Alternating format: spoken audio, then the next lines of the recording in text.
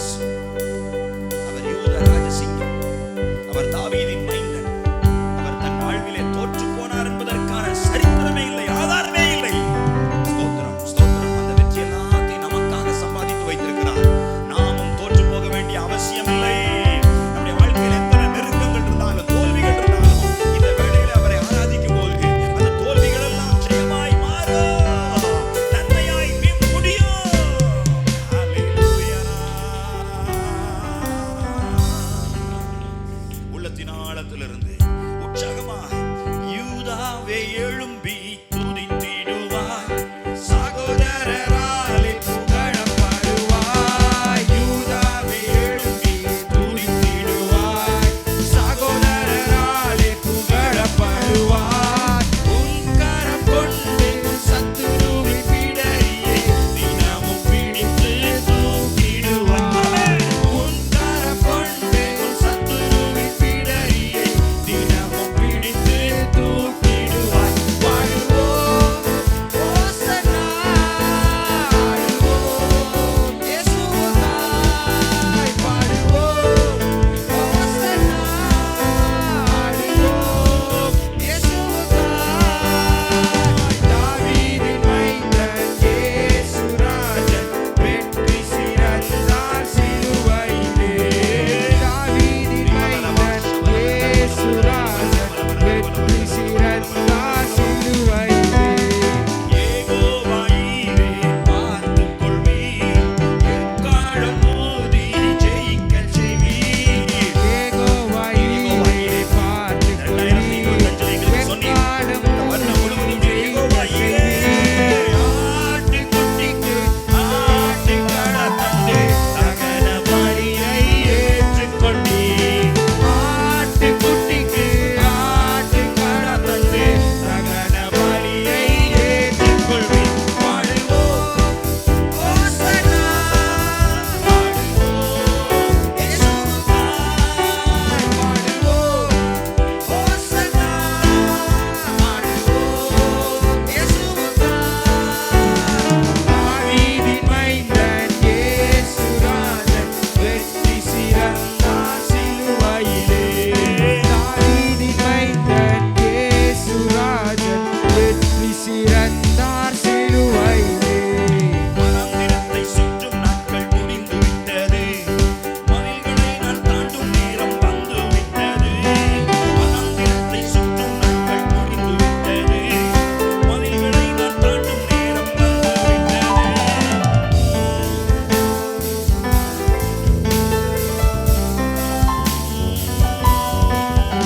இது செட்டைகளை விரிக்கும் காலம், உயரங்களில் பறக்கும் காலம். இது செட்டைகளை விரிக்கும் காலம், உயரங்களில் பறக்கும் காலம். உன்னதரின் மகிமை என் மேல் உதித்ததா, உயரங்களில் பறந்திடுவேன். உன்னதரின் மகிமை என் மேல் உதித்ததா, உயரங்களில் பறந்திடுவேன்.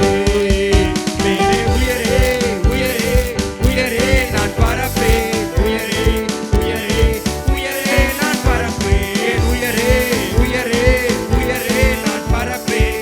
உயரே உயரே உயரே நான் பறப்பேன். சிறையிருப்பின் நாட்கள் முடிந்து விட்டது, நான் சிறுமைப்பட்ட நாட்கள் முடிந்து போனது. சிறையிருப்பின் நாட்கள் முடிந்து விட்டது, நான் சிறுமைப்பட்ட நாட்களும் முடிந்து போனது. உலகத்தின் மகிமை என் மேல் உதித்ததா, உயரங்களில் பறந்திடுவேன். உன்னதரின் மகிமை என் மேல் உதிப்பதா, உயரங்களில் பறந்திடுவேன். மேலே உயரே உயரே உயரே நான் பறப்பேன். உயரே உயரே உயரே நான் பறப்பேன். உயரே உயரே உயரே நான் பறப்பேன். உயரே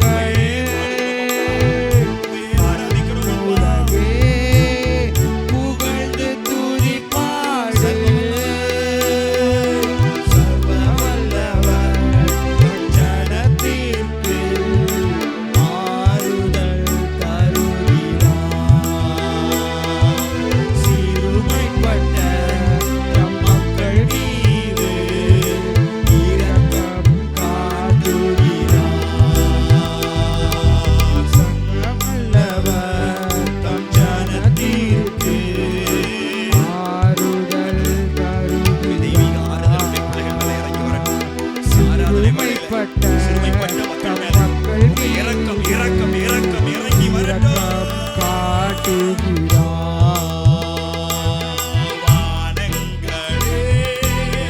மகிழ்ந்து பாடுங்கள் மண்ணுலகே, புகழ்ந்து துதி பாடு வானங்களே, மகிழ்ந்து பாடுங்கள் மண்ணுலகே, புகழ்ந்து துதி பாடு. உங்கள் தகப்பனாகிய ஆபிரகாமையும் உங்களை பெற்ற சாராளையும் நோக்கி பாருங்கள். அவன் ஒருவனாய் இருக்கையில் நான் அவனை அழைத்து அவனை ஆசீர்வதித்து அவனை பெருக பண்ணினேன். கண்களை மூடி ஜெபிப்போம். சர்வவல்லமுள்ள தேவனே, பரிசுத்த பிதாவே, வார்த்தை வடிவானவரே, இந்த வார்த்தையின் மேன்மையை அடியேன் விளங்கி கொண்டதை தம்முடைய பிள்ளைகளுக்கு அவர்கள் விளங்கி கொள்ளத்தக்கதாய் கற்றுக் கொடுக்க அடியேனை மறைத்து வெளிப்படுவீராக. இயேசு கிறிஸ்துவின் நாமத்தில் பிதாவே, ஆமேன் ஆமேன். நேற்றைய தினத்தில் ஒரு வரவேற்பு நிகழ்ச்சிக்கு போயிருந்தேன். அவங்க ஜெபம் பண்ணுறதுக்கு ஒவ்வொரு வார்த்தையை சொல்லி ஒருத்தர் ஜெபம் பண்ணையில் அவங்க ஆமேன் ஆமேன் ஆமேன் ஆமேன்னு சபையார் எல்லாரும் சேர்ந்து ஆமேன் போடுறாங்க. ஆமாம், அது புதிதாக தெரிஞ்சது. ஆனாலும் அவர்கள் எல்லாரும் அந்த தம்பதியரை ஆசீர்வதித்து ஜெபிக்கும் பொழுது ஒருவர் ஜெபிக்கிறார் மைக்கில், சபையார் அனைவரும் ஆமேன் போட்டாங்க. அது எனக்கு பார்க்குறதுக்கு ரொம்ப ஆசீர்வாதமாக இருந்தது. அதே போல் நம்ம எல்லாரும் வளர்கிறவர்களாக இருக்க வேண்டும். ஆகவே வளர்வதை குறித்து தான் பெருக்கத்தை குறித்து நாம் பார்த்து வருகிறோம்.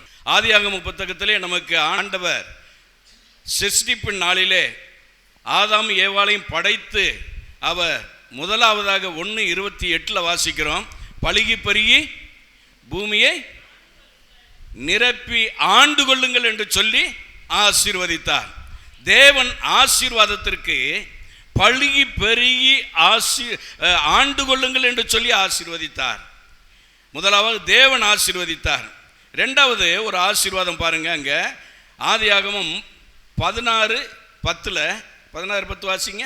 பின்னும் கர்த்தருடைய தூதனானவர் அவளை நோக்கி, உன் சந்ததியை மிகவும் பெருக பண்ணுவேன், அது பெருகி எண்ணி முடியாததா இருக்கும் என்றார். பாருங்க, இங்க ஒரு பெருக்கம். ஆகாருக்கு தேவ தூதன் வந்து பலுகி பெருகி உன் சந்ததியும் நான் பெருக பண்ணுவேன் என்று சொல்லி ஆசீர்வதிக்கிறார். முதல்ல தேவன் நம்மை ஆசீர்வதிக்கிறார்.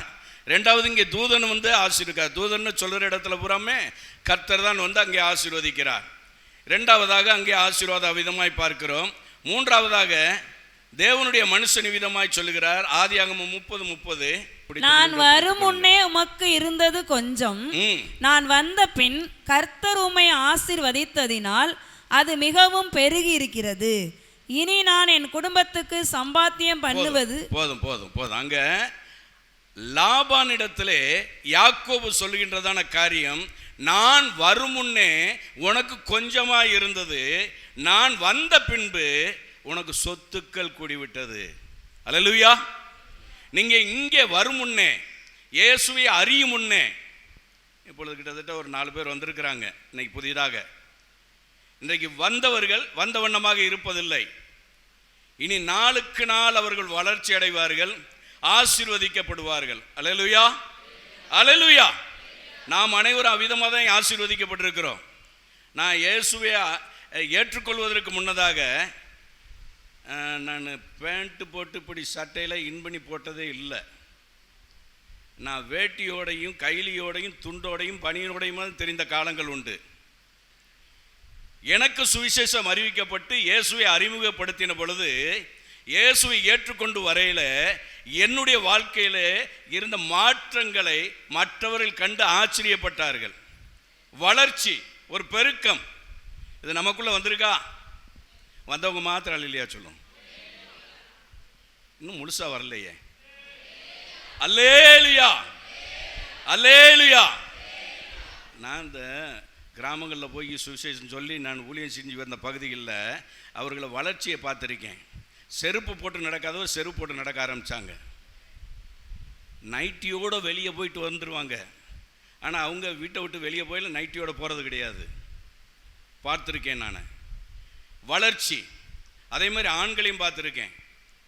கைலியோட ஊரெல்லாம் சுற்றிக்கிட்டு தெரிஞ்சவங்கெல்லாம் இயேசுனிடத்தில் வந்ததுக்கு பிறகு அவர்கள் வீட்டை விட்டு வெளியே போயில கைலியோட போக மாட்டாங்க, அவர் நீட்டாக போவாங்க.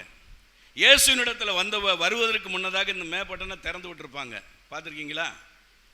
இப்போ எத்தனை பேர் இருக்கீங்க மேப்பட்டனை திறந்து? இப்போ இப்போ இப்போ இப்போ புரிஞ்சுக்கிங்க. வளர்ச்சியினுடைய காரியம் இந்த மேப்பட்டனை பூட்ட சொல்லும். வளர்ச்சியினுடைய காரியம் மேப்பட்டனை பூட்ட சொல்லும். இதுதான் வளர்ச்சி, இதுதான் பெருக்கம். இந்த பெருக்கமும் இந்த வளர்ச்சி இல்லை அப்படின்னா நீங்க ஸ்தம்பித்த நிலைமையில இருக்கிறீங்கன்னு அர்த்தம். எப்படி ஸ்தம்பித்த நிலைமை? கேட்ட சத்தியம் பூரா போய் தேங்கி தேங்கி நிற்கிது. உங்க வீட்டுக்கு பக்கத்தில் ஒரு குட்டை இருந்துச்சுன்னா எப்படி இருக்கும் சொல்லுங்களேன்? கொசு வரும், நாரும், எல்லாம் நடக்கும்ல. வளர்ச்சி இல்லை, பெருக்கம் இல்லை, ஓட்டம் இல்லை அப்படின்னா அங்கே செத்த ஜீவன்கள் தான் இருக்கும், செத்துப்போன காரியங்கள் இருக்கும், நாற்றம் அடிக்கின்ற காரியம் இருக்கும். ஆகவே சத்தியத்தை கேட்டு கேட்டு கேட்டு தன்னை பரிசுத்தம் பண்ணி கொண்டு நாம் வளருகிற அனுபவத்தை பெற்றுக்கொள்ளாவிட்டால் நாம் மற்றவர்கள் கிறிஸ்துவை பற்றி ஏளனமாய் பேசுவதற்கு இடமாய் காணப்படுவோம். ஆகவே நாம் சத்தியத்தை கேட்டு கேட்டு வளர்கிறவர்களாய் இருக்க வேண்டும். நம்மளே ஒரு பெருக்கம் உண்டாக வேண்டும். பிள்ளைகளை பெற்று வளர்க்குறோம், பிள்ளை வளராமல் இன்னும் விரல் சூப்பிக்கிட்டே இருந்துச்சுன்னா என்ன பண்ணுவீங்க? 5வது படிக்க போகிற பிள்ளை விரல் சூப்பிட்டு போனால் விடுவீங்களா? ஆமாம். ஏன் மூத்த 2வது மக விரல் அதிகமாக சூப்போம். இந்த கையை எடுத்து விட்டேன்னா இந்த கையை வைக்கும், இந்த கையை விட்டேன்னா இந்த கையை வைக்கும், மாற்றி மாற்றி. கையில் உரையெல்லாம் போட்டு பார்த்தேன், ஒரு கவரை போட்டு கேட்கவே இல்லை. அதையும் துணியை கடித்து எடுத்துட்டு மறுபடியும் வரல விட்டுரும் உள்ள சின்ன மக. ஆமாம். அதுக்கப்புறமா சூடு வச்சதுக்கப்புறம் தான் சரியாச்சு.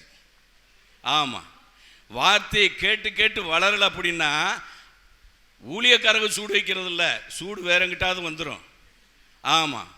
ஆகவே ஜாக்கிரதை உடையவர்களாய் கேட்கிற அல்லது உட்கொள்கிற இந்த ஆவிக்குரிய ஆகாரத்தினாலே நாம் பலனடைய வேண்டும், வளர்கிறவர்களாய் இருக்க வேண்டும். இதை குறித்து இன்னும் கொஞ்சம் அதிகமாக தியானிக்கின்ற பொழுது ஏசாயா தீர்க்கதரிசன புத்தகம் 9ஆம் அதிகாரம் 2ஆம் வசனம் பாருங்க. இருளில் நடக்கிற ஜனங்கள் பெரிய வெளிச்சத்தை கண்டார்கள். மரண இருளின் தேசத்தில் குடியிருக்கிறவர்களின் மேல் வெளிச்சம் பிரகாசித்தது. 3ஆம் வசனம். அந்த ஜாதியை திரளாக்கி அதற்கு மகிழ்ச்சியை பெருக பண்ணினி. மகிழ்ச்சியை பெருக பண்ணி. நிறுத்திக் கொள்வோம். இருளில் இருந்தோம், அந்தகாரத்திற்குள் இருந்தோம், கட்டப்பட்ட நிலைமையில் இருந்தோம், கிறிஸ்துவை தேடி வந்தோம், அறிந்து கொண்டோம், புரிந்து கொண்டோம். இன்றைக்கு விடுதலையாக்கப்பட்டிருக்கிறோம். இந்த விடுதலையாக்கப்பட்ட இந்த அனுபவத்திலே நாம் என்ன செய்ய வேண்டுமா? வசனம் என்ன சொல்லுது? 3ஆம் வசனம். ஜாதியை திரளாக்கி அதற்கு மகிழ்ச்சியை பெருக பண்ணினேன். மகிழ்ச்சி இருக்கா? இப்போ நீங்கள் எல்லாரும் காட்டிலும் இப்போ 4 பேர் புதுசாக வந்திருப்பீங்கள்ல, அவங்க போகும்பொழுது பாருங்கள், அவங்க முகத்தில் நல்லா உத்து பார்க்கணும். வந்தவர்கள் ஆசீர்வதிக்கப்பட்டவர்களாக இருப்பார்கள். அவர்களுக்குள் இருக்கிற மகிழ்ச்சி, புதிதாய் பிறந்தவர்களுடைய மகிழ்ச்சி, இந்த மகிழ்ச்சி இன்னைக்கு இருக்கா? 10 வருஷம் விசுவாசி, 15 வருஷம் விசுவாசி, மகிழ்ச்சி இருக்கா? மகிழ்ச்சி முகத்தில் தெரியணும். உள்ளத்தின் மகிழ்ச்சி வெளியரங்கமாய் தெரியணும். வெளியரங்கமாக எப்படி தெரியும்? எப்படி தெரியும்? சிரிக்கிறதுனால தெரியுமா? நீங்கள் போய் அவர்களை விசாரிக்கிறதுனால தெரியும். ஒருவர் அன்பு பாராட்டுகிறதுனால தெரியும். அவர்கள் எப்படிப்பட்டவர்களாக இருந்தாலும். நான் பாருங்களேன், இயேசுவை ஏற்றுக்கொண்ட உடனே என் ஊர் பூரா போய் சுவிசேஷம் சொன்னேன். நான் இருந்த ஏரியாவில் பூரா அந்த ஏரியாவில் சொல்லும் பொழுது, நீயா அப்படி மாறிட்ட, நீயா அப்படி மாறிட்டேன்னு கேட்டாங்க. இந்த மகிழ்ச்சியின் பெருக்கம் நமக்குள்ள இருக்கா? ஏதோ பெற்றுக்கொண்டோம் என்று இல்லை, நாளுக்கு நாள் நாம் மகிழ்ச்சியிலே பெருக வேண்டும். அந்த வசனத்தை தொடர்ந்து வாசிங்க. 3ஆம் வசனம். அறுப்பில் மகிழ்கிறது போலவும் கொள்ளையை பங்கிட்டுக் கொள்கையில் களி கூறுகிறது போலவும் உமக்கு முன்பாக மகிழ்கிறார்கள். எப்படி மகிழ்கிறார்கள்? தேவனுக்கு முன்பாக மகிழ்கிறார்கள். அல்லேலூயா. உமக்கு முன்பாக மகிழ்கிறார்கள். கொள்ளை பொருளை பங்கிட்டு வீட்டிலே சேர்த்து வைப்பதை போல இந்த மகிழ்ச்சி வந்திருக்கா? இந்த பெருக்கம் நமக்குள்ள இருக்கா? அப்படி இல்லை. அதில் குறைவு இருக்குன்னா நம்மளை நாமே ஆராய்ந்து பார்க்க வேண்டும். நான் இன்னும் எங்கோ ஒரு பகுதியில் குறைவுபட்டு இருக்கிறேன் என்று. அந்த குறைவு என்ன? தேவனை நோக்கி பார்க்க தவறி, கவனிக்கிறீங்களா? தேவனை நோக்கி பார்க்க தவறி உலகத்தின் காரியங்களில் சிந்தை போகுமானால், அவன் என்னை காட்டிலும் நல்லா இருக்கானே, இவன் என்னை காட்டிலும் நல்லா இருக்காளே, அவன் நாளுக்கு நாள் பெருத்துக்கிட்டு போகிறாளே, அவன் நாளுக்கு நாள் ஜிலு ஜிலுன்னு போட்டுக்கிட்டு வர்றாளே, அவன் ரொம்ப முதல்ல சைக்கிளில் வந்தான், பைக்கில் வந்தான், இப்போ காரில் வர்றான், ஒரு வீடு கட்டினா, இப்போ இன்னொரு வீடு வாங்கிட்டான் அப்படின்னு இந்த காரியங்களை நோக்கி பார்ப்போமானால் நமக்குள்ள மகிழ்ச்சி வரவே முடிங்க வராது. ஆக நாம் என்ன செய்யணும்? ஆண்டவர் என்னை அந்தகாரத்திலிருந்து தூக்கி எடுத்தார், சாபத்திலிருந்து தூக்கி எடுத்தார். தேவன் என்னை நித்தியத்திற்காக தெரிந்து கொண்டார். அல்லேலூயா, அல்லேலூயா. இந்த பூமி நமக்கு சொந்தமல்ல. வேதவசனம் சொல்லுகிறது, நித்திய ஜீவனை அளிப்பேன் என்பதே அவர் நமக்கு கொடுத்த வாக்கு தத்தம். இன்றைக்கு புதிதாய் வந்திருக்கிறதான மக்களுக்கு சொல்லுகிறேன், இந்த பூமி நமக்கு சொந்தமல்ல. நமக்கு நித்திய ராஜ்யத்தில் ஒரு இடம் உண்டு. பரலோகத்திலே தேவன் நம்மை சேர்த்துக்கொள்ள வல்லவராய் இருக்கிறார். அவரிடத்தில் நாம் போவதற்கு அவர் வாக்கு பண்ணி இருக்கிறார், நமக்கு கேரண்டி கொடுத்திருக்கிறார். இந்த கேரண்டியை நினைச்சு நினைச்சு நினைச்சு நினைச்சு அதை சொல்லி சொல்லி நீங்கள் மகிழ்ச்சியிலே பெருக வேண்டும். ஆமென். மகிழ்ச்சியிலே நீங்கள் பெருகலை அப்படின்னா பக்கத்து வீட்டுக்காரர் வந்து கேட்பான், என்ன கேட்பான்?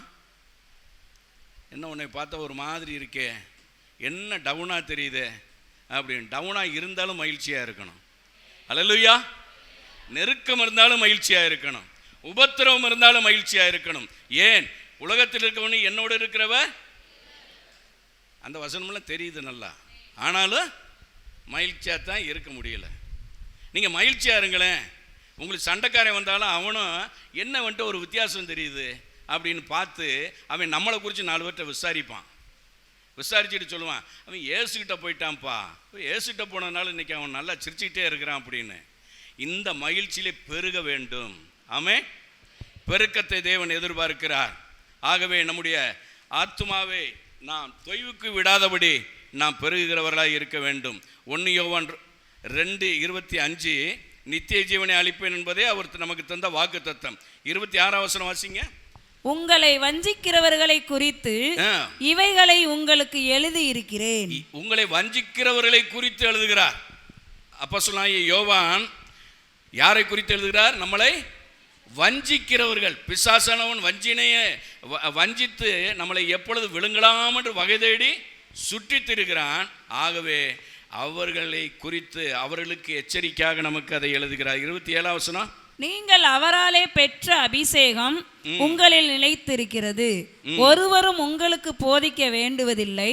அந்த அபிஷேகம் சகலத்தையும் குறித்து உங்களுக்கு போதிக்கிறது.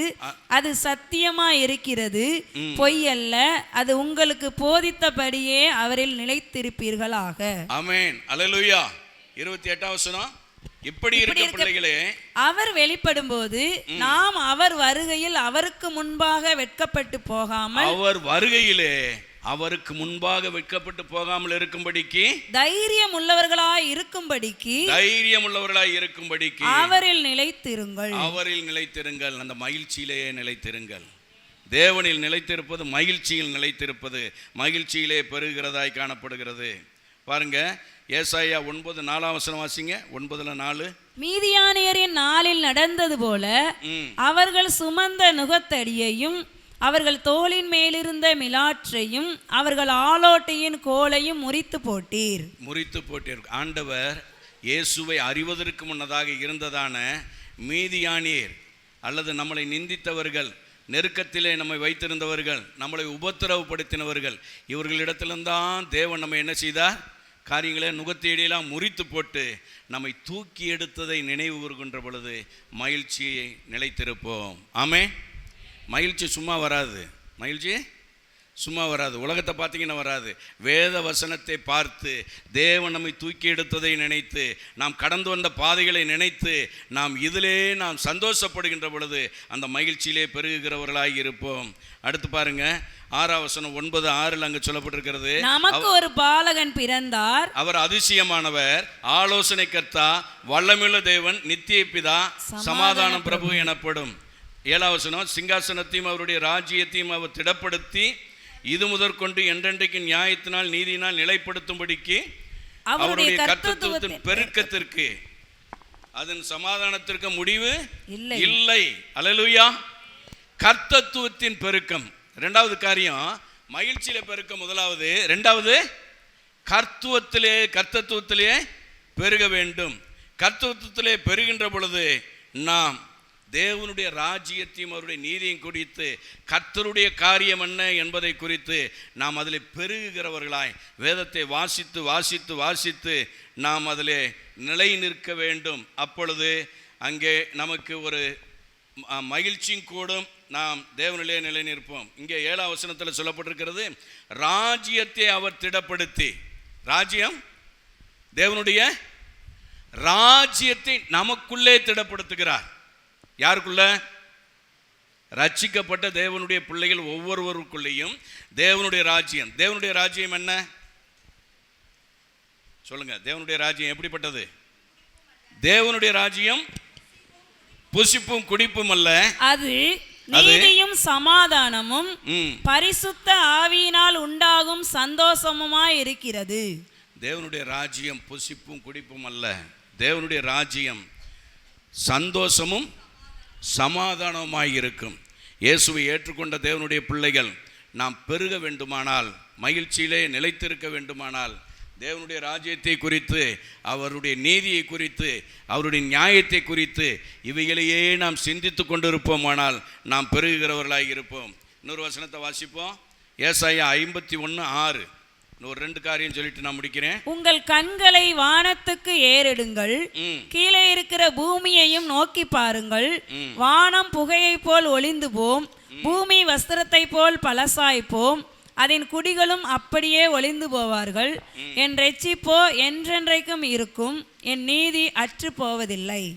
நீதி அற்று போவதில்லை. தேவனுடைய ராஜ்யம் புசிப்பும் குடிப்பும் அல்ல, அது நீதியும் சமாதானமானது. இங்கே இந்த 7ஆம் வசனத்தில் சொல்லப்படும், நீதியை அறிந்தவர்களே, என் வேதத்தை இருதயத்தில் பதித்திருக்கிறவர்களே, எனக்கு செவி கொடுங்கள், செவி கொடுங்கள்.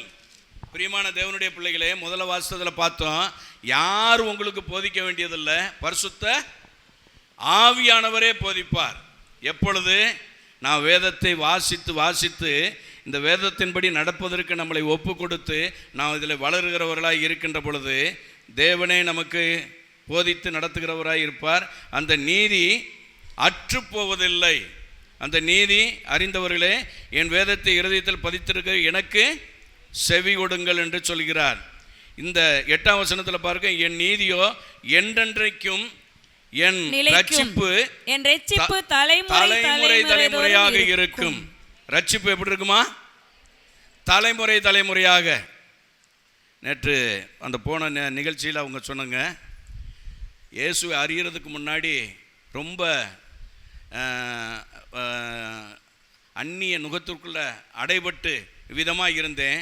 இன்னைக்கு எங்கள் குடும்பத்தில் 8 பேர், ஒருவர் ரட்சிக்கப்பட்டு வந்ததுக்கப்புறம் என் குடும்பம் பூராமே ரட்சிப்புக்குள்ளே வந்துருச்சு. 8 குடும்பம் வந்துருச்சு அப்படின்னு அவர் சொன்னார் சாட்சியா. அல்லேலூயா, அல்லேலூயா. இதுதான் ஒரு பெருக்கம். இந்த பெருக்கம் நமக்குள்ளே வரணும்னா நாம் நீதியில் நிலை நிற்கணும், சத்தியத்தில் நிற்கணும், மகிழ்ச்சியாக இருக்கணும், மகிழ்ச்சியை தெரிவிக்கணும். எப்படியாயிலும் தெரிவிக்கணும், யார்கிட்டையாவது தெரிவிக்கணும், எப்படியாயிலும் தெரிவிக்கணும். இந்த நாம் கடைபிடிப்போமானால் நிச்சயமாகவே தேவன் அவருடைய பெருக்கத்திற்கு நம்மையும் ஒரு கருவியாக எடுத்து பயன்படுத்த அவர் வல்லவராக இருக்கிறார். அல்லேலூயா, அல்லேலூயா. இந்த உலகத்தின் காரியத்தில் பார்க்கின்ற பொழுது உலகம் இப்படி போய்கிட்டு இருக்குன்னு கொஞ்சம் அந்த ஒரு 2-3 வருஷம் சொல்லிட்டு முடிக்கிறேன். பிரசங்கி 5:8 வாசிங்க. ஒரு தேசத்தில் ஏழைகள் ஒடுக்கப்படுகிறதையும் நியாயமும் நீதியும் புரட்டப்படுகிறதையும் நீ காண்பாயானால் அதை குறித்து ஆச்சரியப்படாதே.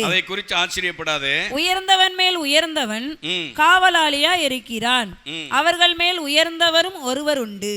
நீதியை புரட்டுகிறவர்களை குறித்து ஆச்சரியப்படாதே. நீதியை புரட்டுகின்றதான இந்த உலகத்துல தான் இருக்கிறோம், சமாதான கேடான உலகத்திற்குள்ள இருக்கிறோம்.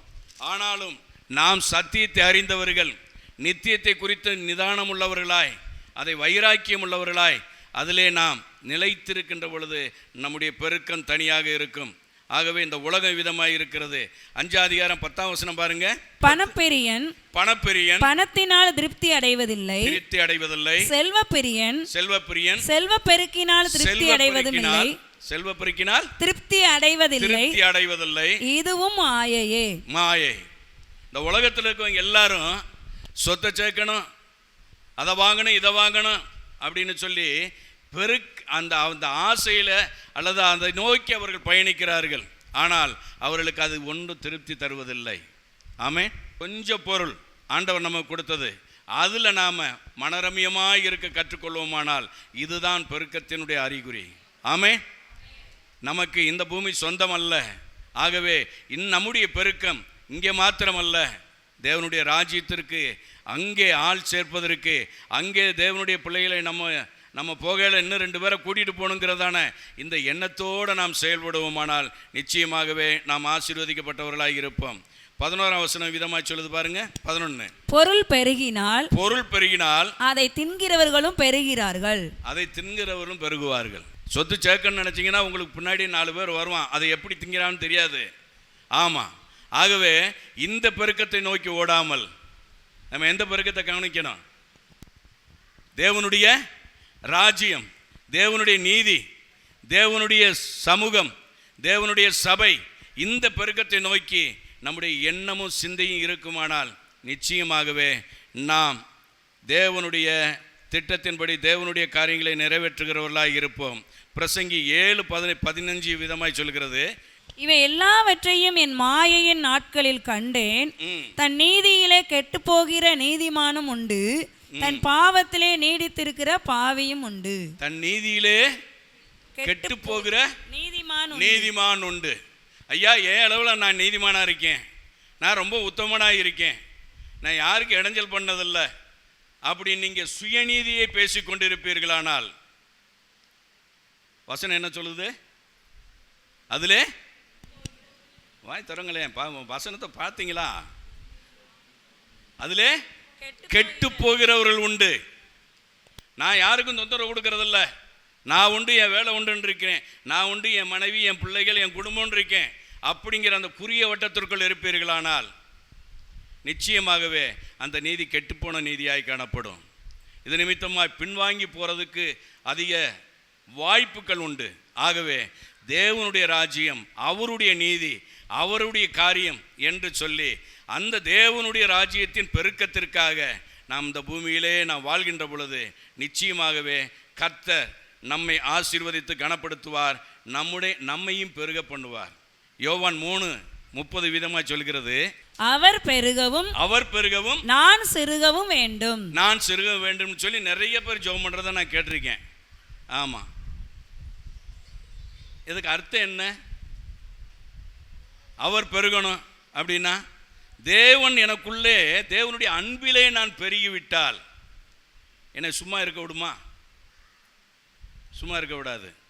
தேவ அன்பிலே பெருக வேண்டும், கர்த்தர் எனக்குள் பெருக வேண்டும், கர்த்தத்துவம் எனக்குள் பெருக வேண்டும், தேவனுடைய நீதி பெருக வேண்டும், தேவனுடைய நியாயம் பெருக வேண்டும், தேவனுடைய அன்பிலே பெருக வேண்டும். இந்த பெருக்கம் வருகின்ற பொழுது சீக்கிரத்தில் தேசத்தை தேவன் சந்திப்பார். உங்களை என்னையும் கொண்டு செய்வதற்கு தான் தேவன் ஆவல் உள்ளவராக இருக்கிறார். சத்தியத்தை அறிந்து அறிந்து அறிந்து நாம் கற்றுக்கொள்ள நாம் என்ன செய்கிறவர்களாக இருக்கணும்?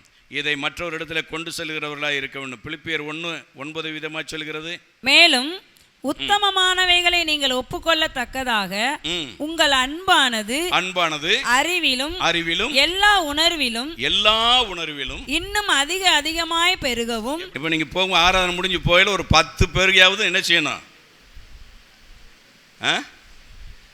மேலே கையை போட்டு அவங்கள தட்டி கொடுத்து விசாரித்து அன்பு செலுத்தி பாருங்க. இந்த அன்பு தேவனுடைய ராஜ்யத்தின் அன்பு. அல்லேலூயா. அவர் ஒருவனை அல்லவா படைத்தார், அவர் ஒருவனை அல்லவா படைத்தார். ஆவி அவரிடத்தில் பரிபூரணமாய் இருந்ததே, ஆவி தேவனிடத்தில் பரிபூரணமாக இருந்ததே.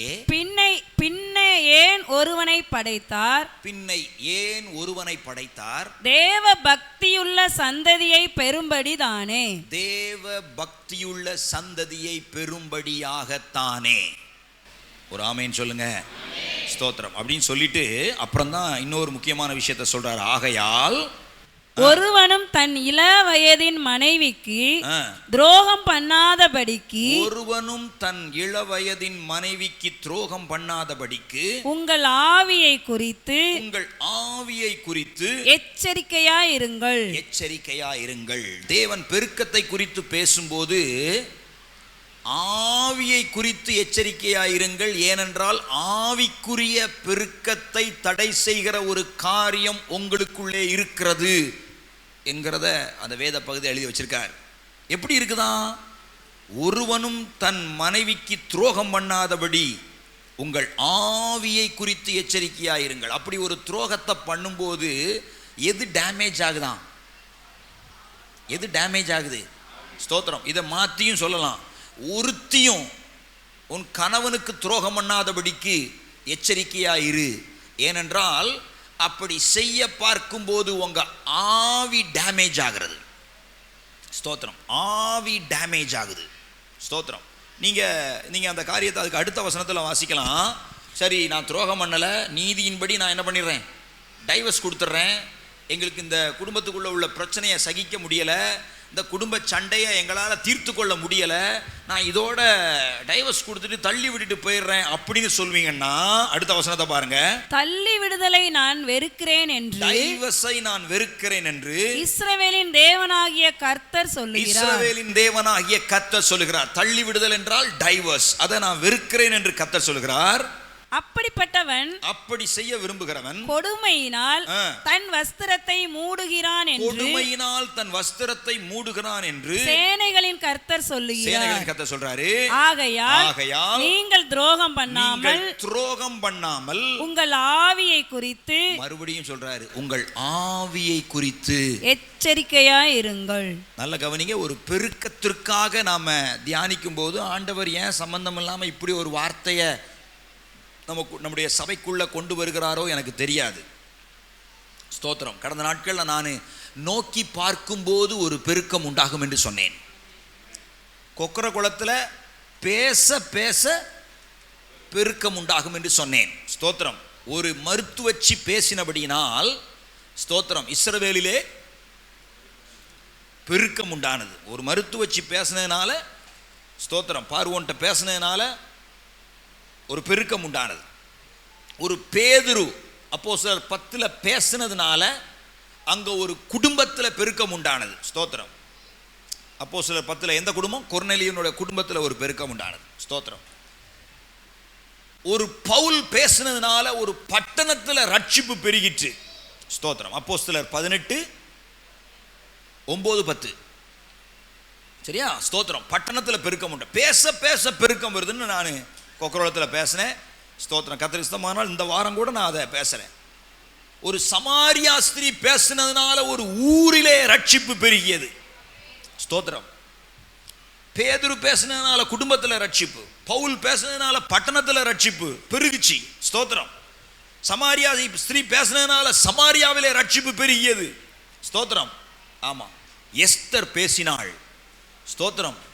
இந்த குஷ்டரோகிகள் பேசினார்கள், நீ மௌனமாயிராத, இன்னைக்கு ராத்திரி நீ மௌனமாயிருந்தால் குற்றம் உன்மேல் சுமரும் என்று குற்றவாளிகள் பேசினார்கள். அன்றைக்கு முழு இஸ்ரவேலுக்கும் ஒரு பெரிய பெருக்கம் உண்டானது. எஸ்தர் பேசினாள். பைபிள்ல போட்டு 127 தேசங்களில் இருக்கிற யூதர்களுக்கு ரட்சிப்பு பெருக்கம் உண்டானது.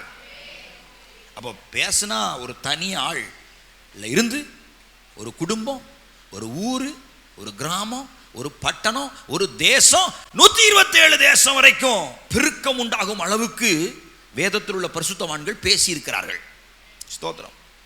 இப்படி கர்த்தர் இந்த ஞாயிற்றுக்கிழமை உங்களோட பேசுறாரு. என்ன தெரியுமா? கொஞ்சம் மாற்றி பேசுறாரு. நீ நோக்கி பார்த்தாலும் பெருகுவ, நீ பேசினாலும் பெருகுவ. இன்னொன்று சொல்றாரு, நீ துரோகம் பண்ணாம இருந்தா பெருகுவ. ஒருவேளை அப்படிப்பட்ட துரோகம் நமக்குள்ள இருக்குமானால் அதை சரி பண்ணிக்கொள்ள ஆவியானவர் நம்முடைய சபையோடு பேசுகிறார். ஸ்தோத்திரம்.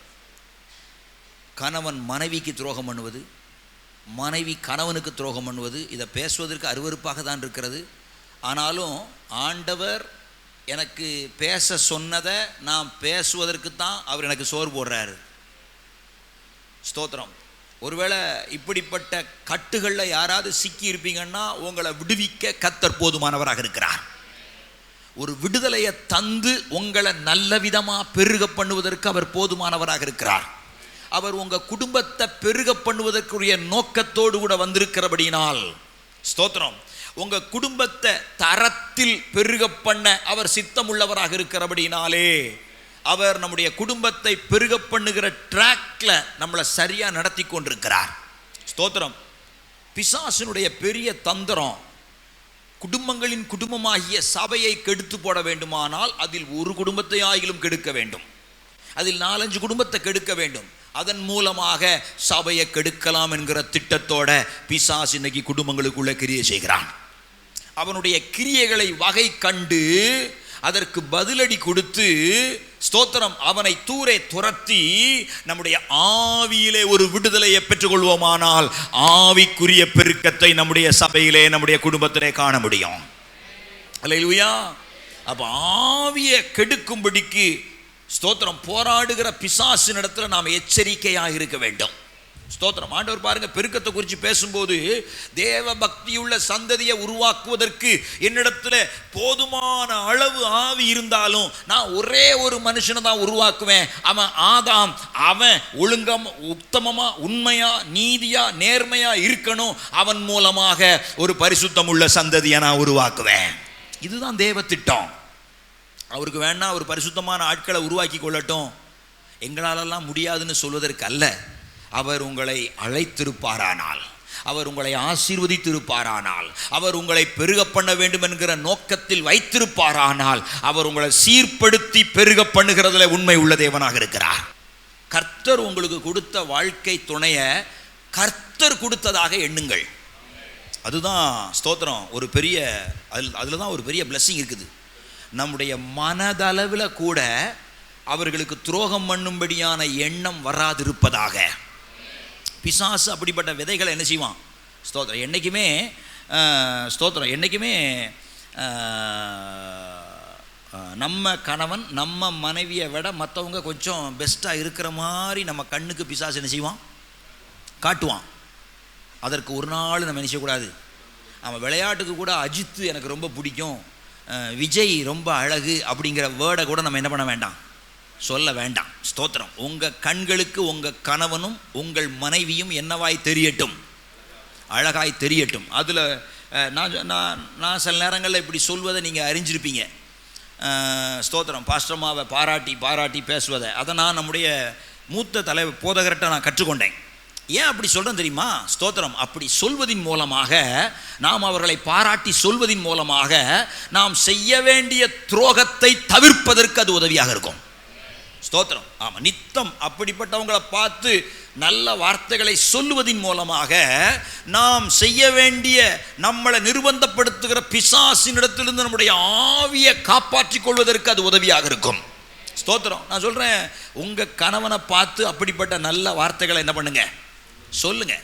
ஸ்தோத்திரம். இன்னைக்கு கணவனை பார்த்து அல்லது கணவன் மனைவியை பார்த்து நான் உன்னை ரொம்ப நேசிக்கிறேன், உன்னை தான் எனக்கு ரொம்ப பிடிக்கும், ஐ லவ் யூ அப்படிங்கிற சொல்கிற வார்த்தையை சொல்லுவதற்கு வெட்கப்பட்டபடினால, மறுத்தபடினால இன்னைக்கு உலகம் அந்த வார்த்தையை வேற யாற்றெல்லாமோ சொல்ல வைக்குது.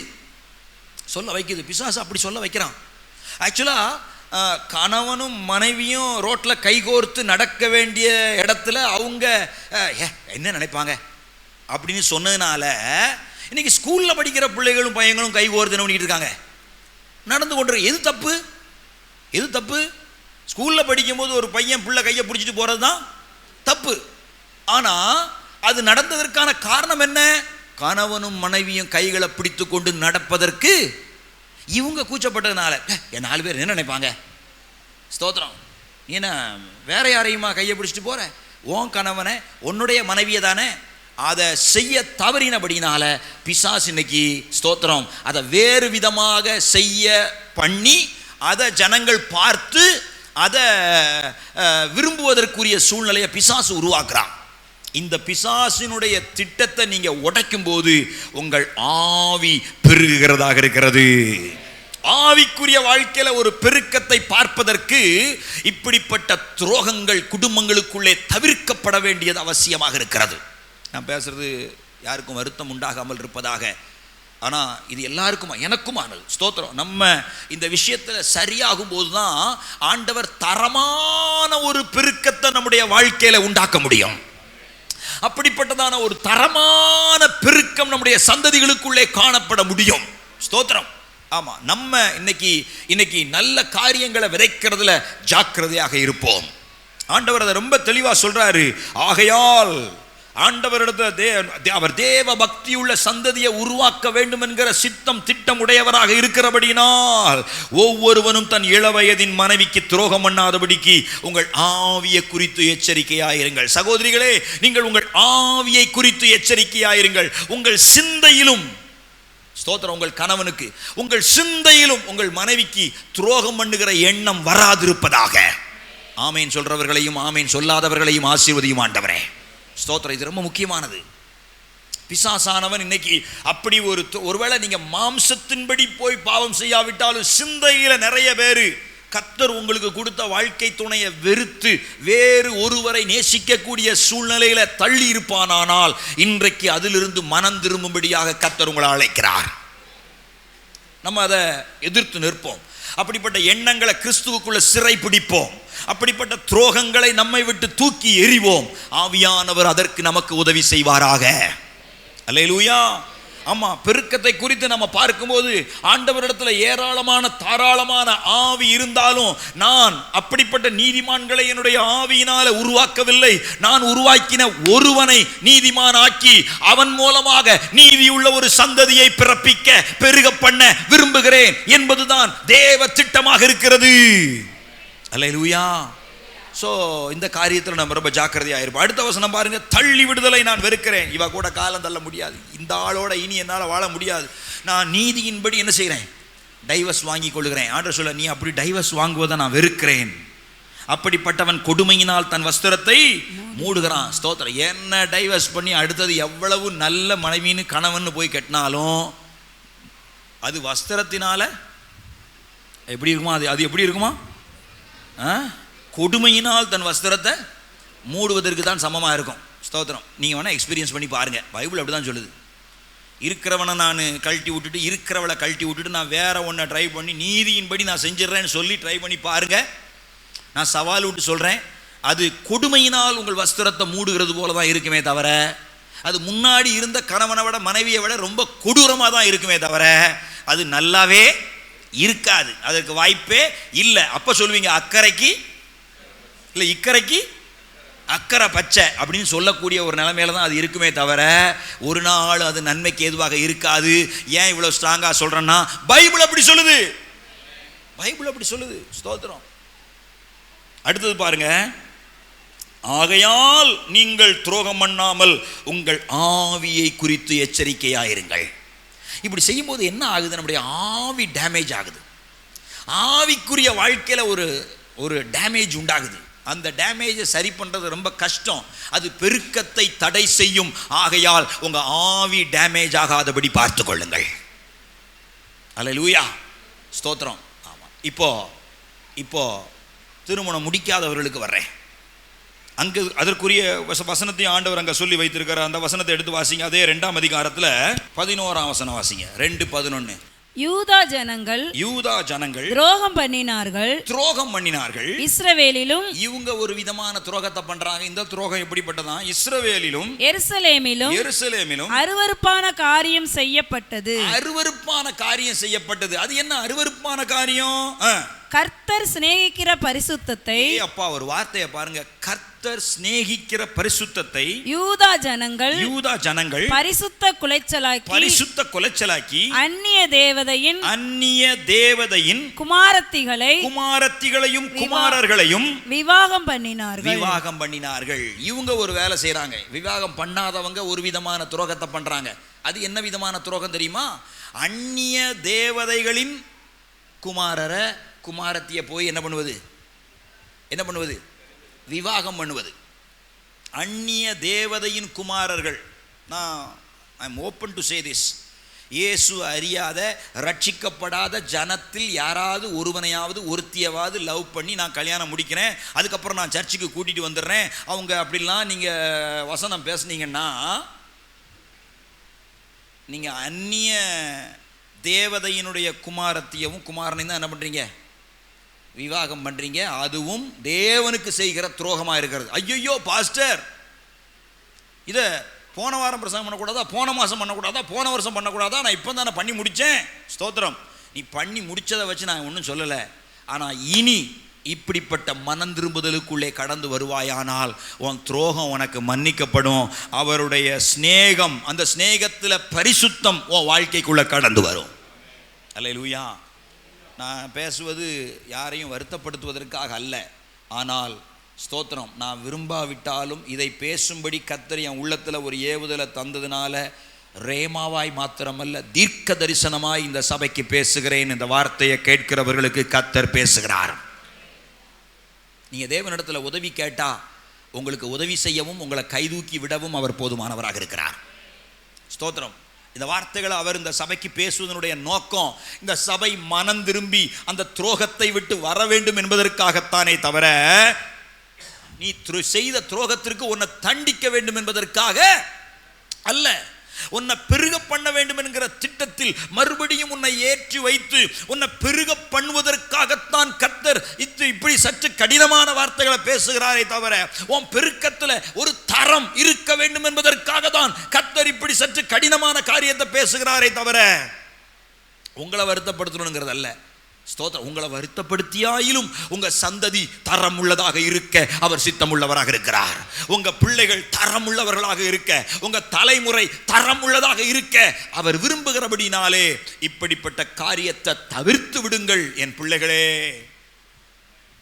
கணவன் மனைவிக்கு துரோகம் பண்ணுவது, மனைவி கணவனுக்கு துரோகம் பண்ணுவது இனி வேண்டாம். இதோட நிறுத்திக் கொள்வோம். இனி மனம் திரும்புதலோட நம்முடைய ஆவியை குறித்து எச்சரிக்கையா இருப்போம்.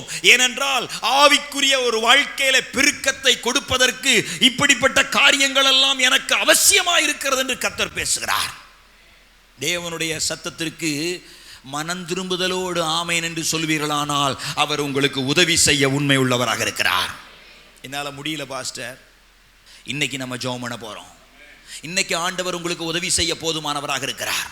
நீங்க எப்படி கசப்பான பிச்சிலே சிக்கி இருந்தாலும் உங்களை விடுவிக்க, உங்களை கைதூக்கி விட, உங்கள் ஆவியிலே உங்களுக்கு ஒரு தெளிவை, விடுதலையை, முதிர்ச்சியை கொடுத்து ஆவிக்குரிய வாழ்க்கையில ஒரு பெருக்கத்தை கட்டளையிட கர்த்தர் போதுமானவராக இருக்கிறார். நம்முடைய பெருக்கத்திற்கு இப்படிப்பட்ட விஷயங்கள் தடையாக இருக்குமானால் இன்றைக்கே மனம் திரும்புதலோடு நம்மை ஒப்பு கொடுப்போமானால், நீங்க வாலிப பையங்களா வாலிப பிள்ளைகளா இருந்தாலும் அந்நிய தேவதைகளுடைய பிள்ளைகளோட நாங்க போய் ஐக்கியப்பட மாட்டோம் என்கிறதுல வைராக்கியமா இருப்பீர்களானால் நீங்களும் தேவனுக்கு துரோகம் பண்ணவில்லை. திருமணத்தில் இணைக்கப்பட்டிருக்கிற நீங்க கர்த்தர் உங்களுக்கு கொடுத்த கணவனுக்கு, கர்த்தர் உங்களுக்கு கொடுத்த மனைவிக்கு துரோகம் பண்ணாமல் இருப்பீர்களானால் நீங்களும் உங்கள் ஆவியை குறித்து எச்சரிக்கையா இருக்கிறீர்கள். உங்க ஆவிக்குரிய வாழ்க்கையில ஒரு தரமான பெருக்கத்தை கட்டளையிடுவதற்கு கர்த்தர் போதுமானவராக இருக்கிறார். ஸ்தோத்திரம். ஆவியானவருடைய கைகளில் நம்மை ஒப்பு கொடுப்போமா? ஸ்தோத்திரம். அப்படியே முழங்கால் படிடுவோமா? ஸ்தோத்திரம், ஸ்தோத்திரம், ஸ்தோத்திரம். அந்த 11ஆம் வசனத்தில் ஒரு வார்த்தை இப்படி இருக்கிறது, அதை நீங்க சொல்ல நான் விரும்புகிறேன். சொல்லுங்க பார்ப்போம். கர்த்தர் சிநேகிக்கிற பரிசுத்தம். சொல்லுங்க. கர்த்தர் சிநேகிக்கிற பரிசுத்தம். சொல்லுங்க. கர்த்தர் சிநேகிக்கிற பரிசுத்தம். இன்னும் கூட சிலர் வாயினால் அந்த வார்த்தையை சொல்லல. சொல்லுங்க. கர்த்தர் சிநேகிக்கிற பரிசுத்தம். ஸ்தோத்திரம். எவ்வளவு கடுமையான ஒரு வார்த்தை தெரியுமா? ஸ்தோத்திரம். எவ்வளவு பலமான ஒரு வார்த்தை தெரியுமா? ஸ்தோத்திரம். ஹல்லேலூயா. ஹalleluya ஹalleluya ஹalleluya ஹalleluya ஹalleluya. இந்த காரியங்களுக்காக ஆண்டவரே சமூகத்துல நம்ம ஜெபிக்க போறோம். ஆண்டவரே, இப்படிப்பட்ட காரியங்கள் எங்க சபைக்குள்ள இருக்குமானால் அதை அறவே வெட்டி எறிங்க ஆண்டவரே, முற்றுமுடிய வெட்டி எறிங்க ஆண்டவரே. எங்க சபையை பரிசுத்தப்படுத்துங்கப்பா ஆண்டவரே. துரோகங்கள் எங்கள் சபைகளை விட்டு விலகி போகட்டும். கர்த்தருடைய ஆசீர்வாதம் எங்க சபைக்குள்ள இறங்கி வரட்டும். நீங்க விரும்புவீங்கன்னா உண்மையா முழங்கால் போடுங்க. ஆவியானவர் உங்களுக்கு உதவி செய்வதற்கு இந்த வேளையில இறங்கி வருகிற தேவனாக இருக்கிறார். ஹalleluya ஹalleluya ஹalleluya ஹalleluya. நீங்க சிநேகிக்கிற பரிசுத்தத்தை எங்க சபைக்குள்ள போடுங்கப்பா, எங்க குடும்பங்களுக்குள்ள போடுங்கப்பா, எங்க தனிப்பட்ட வாழ்க்கையில போடுங்கப்பா. மனம் திரும்புதலோடு உம்மண்டையிலே வருகிறோம் அப்பா. இயேசுவே இயேசுவே, என்னால முடியல, எனக்கு உதவி செய்யுங்கன்னு கேட்பீங்கன்னா கர்த்தர் உங்களுக்கு உதவி செய்ய போதுமானவராக இருக்கிறார். அப்பா, அந்த நல்ல வார்த்தைக்காக உமக்கு ஸ்தோத்திரம் ஆண்டவரே. சோதரிகரம் ராஜா இயேசு மகாராஜாவே, அப்பா உமக்கு ஸ்தோத்திரம் ஆண்டவரே. ஏசப்பா, நாங்கள் ஊழை விடுற இடத்துல நாங்கள் கிடந்த ஆண்டவரே, எங்களை தேடி கண்டுபிடித்து ஆண்டவரே, நான் ஒருவனாய் ஒருத்தியாய் நான் இருக்கும் போதும் ஆண்டவரே, நீர் என்னை தேடி கண்டுபிடித்து வந்தேரே ராஜா. இந்த இடத்துல கூட்டி சேர்த்தே ராஜா. ஆண்டவரே, இந்த இடத்துல வந்த நாளில் இருந்து இந்த நொடி வரைக்கும் நீ பரிசுத்தமாய் காத்துவாரே. உமக்கு நன்றி ஆண்டவரே. ஏசப்பா உமக்கு ஸ்தோத்திரம் ஆண்டவரே. வார்த்தை கொடுத்த மகனை பரிசுத்தமாய் காத்துக்கொள்ளுங்க. உங்க வருகை வர வரைக்கும் பரிசுத்தமாய் பாதுகாத்துக் கொள்ளுங்க. அதே போல எங்க சபையார் முழுவதும் திருமணமான ஆண்டவரே பெண்களுக்காகவும் திருமணமான ஆண்களுக்காகவும் நாங்கள் செபிக்கிறோம் ஐயா. ஆண்டவரே, உங்க வருகை வர்ற வரைக்கும் ஆண்டவரே, கணவன் மனைவிக்கு துரோகம் பண்ணாமல் இருக்க, மனைவி கணவனுக்கு துரோகம் பண்ணாமல் இருக்க கர்த்தர் கிருபை செய்வீராக ராஜா. ஆண்டவரே, துதிக்கிறோம் ஆண்டவரே. என் தகப்பனே கர்த்தாவே, துதிக்கிறோம். பரிசுத்தத்தை நான் பரிசுத்தர் ஆதலால் நீங்களும் பரிசுத்தமாயிருங்க சொன்னீங்களே ராஜா. ஆண்டவரே, ஒவ்வொருத்தருக்கும் பரிசுத்தத்தை கட்டளிடுவீராக ராஜா. ஆண்டவரே, ஒவ்வொருடைய பெண்கள் கண்களை ஒரு அக்கினியை போடுவீராக. யாரையும் திரும்பி பார்க்காதபடிக்கு கண்களை அக்கினியை போடுங்க ஆண்டவரே. அப்பா ஆண்டவரே, எல்லா ஆண்கள் கண்களையும் அக்கினியை போடுங்க. ஒருவரையும் நாங்கள் திரும்பி பார்க்காதபடிக்கு யோபு சொன்னது போல இந்த கண்கள் ஒருவரையும் திரும்பி பார்க்காதபடிக்கு இந்த கண்களோட யோபு உடன்படிக்கை பண்ணினது போல ஒவ்வொருத்தரும் கண்களோட உடன்படிக்கை பண்ணுவார்களாக ராஜா. ஆண்டவரே, துதிக்கிறோம் ஆண்டவரே. இந்த ஆவியை குறித்து நாங்கள் எச்சரிக்கையா இருக்க கிருபை செய்வீராக. ஒவ்வொரு மனைவிகளும் ஒவ்வொரு ஆண்களும் ஆண்டவரே, ஆவியை குறித்து எச்சரிக்கையா இருக்க கர்த்தர் கிருபை செய்வீராக. குடும்பத்துக்குள்ள ஆண்டவரே, பொல்லாத பிசாசு இச்சையின் ஆவியை கொண்டு வருகிற எல்லா இயேசுவின் நாமத்துல உடைக்கிறோம் ஆண்டவரே. இயேசுவின் நாமத்தினால எல்லா வீட்டுக்குள்ள இருக்கிற இச்சையின் பிசாசை கொண்டு வருகிற எல்லா இயேசுவின் நாமத்துல ஆண்டவரே உமக்கு ஸ்தோத்திரம் ஆண்டவரே. எல்லாத்தையும் தூரம் அகற்றி போடுவீராக. கர்த்தாவே, பாதுகாத்துக் கொள்ளுங்க. வார்த்தை கொடுத்த மகனை ஆயிரங்களுக்கு லட்சங்களுக்கு தேசங்களுக்கு எடுத்து பயன்படுத்துவீராக ராஜா. எங்க சபையை பரிசுத்தப்படுத்துங்கப்பா. எங்க ஊழியர்களை பரிசுத்தப்படுத்துங்க. எங்களை பரிசுத்தப்படுத்துங்க. ஒவ்வொரு வாலிப பிள்ளைகளும் அந்நியர்களோட நுழைக்காதபடிக்கு ஒவ்வொரு வாலிப பிள்ளைகளும் காலேஜ் போற பிள்ளைகள் பள்ளிக்கூடத்துக்கு போற பிள்ளைகளெல்லாம் கர்த்தர் ஆண்டவரே பரிசுத்தமாய் காத்துக்கொள்ளுங்க ஆண்டவரே. ஏசப்பா, நீங்கள் காத்துக்கொள்ளல வேற யாராலையும் பரிசுத்தத்தை காத்துக்கொள்ள முடியாது ஆண்டவரே. கர்த்தர் நீர் அப்படியே செய்யவர்க்கா ஸ்தோத்திரம். காத்துக்கொள்ளுங்க, வழி நடத்துங்க, பலப்படுத்துங்க, ஆசீர்வதிங்க. இயேசுவின் மூலமா ஜெபிக்கிறோம் எங்க ஜீவனுள்ள நல்ல பிதாவே. ஆமென் ஆமென் ஆமென். கர்த்தர் ஜெபத்தை கேட்டு நம்முடைய சபையை பரிசுத்தப்படுத்துகிறபடினால் தேவன் சிநேகிக்கிற பரிசுத்தத்தை இந்த ஐபிஏ சபைகளுக்குள்ளே கர்த்தர் கட்டளையிடுகிறார்.